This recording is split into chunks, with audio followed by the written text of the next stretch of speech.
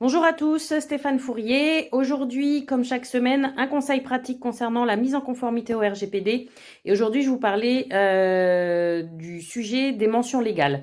Donc, pensez bien à afficher vos mentions légales, notamment sur les sites internet et encore plus sur les sites de vente en ligne e-commerce, ou de mettre en conformité vos mentions légales, bien évidemment, puisque depuis le RGPD, quand on indique dans ces mentions légales la loi informatique et liberté de 1978 notamment, là, c'est obsolète puisque ça a été abrogé avec le RGPD. Donc, les mentions légales pour justement être vraiment transparent avec les personnes concernées et vos internautes notamment. Donc, dans les mentions légales, qu'est-ce qu'on doit indiquer?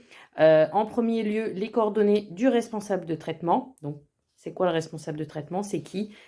C'est tout simplement la personne qui récupère les données et qui va décider de ce que doivent être justement toutes ces données, de ce que vous devez en faire.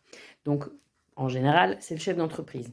Doivent être indiquées également les informations concernant qui contacter pour faire valoir ses droits. Donc, soit si vous avez un DPO, un délégué à la protection des données, ou un référent RGPD, donc d'indiquer ses coordonnées.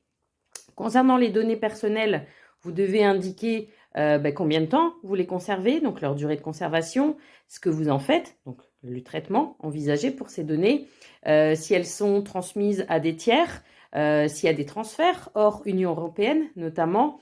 Et chose importante également, c'est d'informer quels sont les droits des personnes qui visitent vos sites internet par exemple. Donc pour faire valoir leurs droits, donc elles vont contacter le DPO, le responsable RGPD. Et donc les droits peuvent être droits d'effacement, de suppression, de modification, enfin voilà, tous les droits sur leurs données personnelles, droit d'accès tout simplement aussi. Et dernière chose à indiquer, c'est les coordonnées de la CNIL, puisque bien évidemment, on doit quand même rester transparent sur le fait qu'elles peuvent porter plainte auprès de la CNIL et donc d'indiquer les coordonnées. Donc voilà un peu les différentes indications à mettre dans vos mentions légales. Si vous avez des questions, si vous avez besoin de précision ou de conseils, je vous invite toujours à me laisser en commentaire votre petite question pour justement récupérer, si vous le souhaitez, le lien de mon Calendly pour pouvoir bénéficier de 30 minutes de conseils gratuits.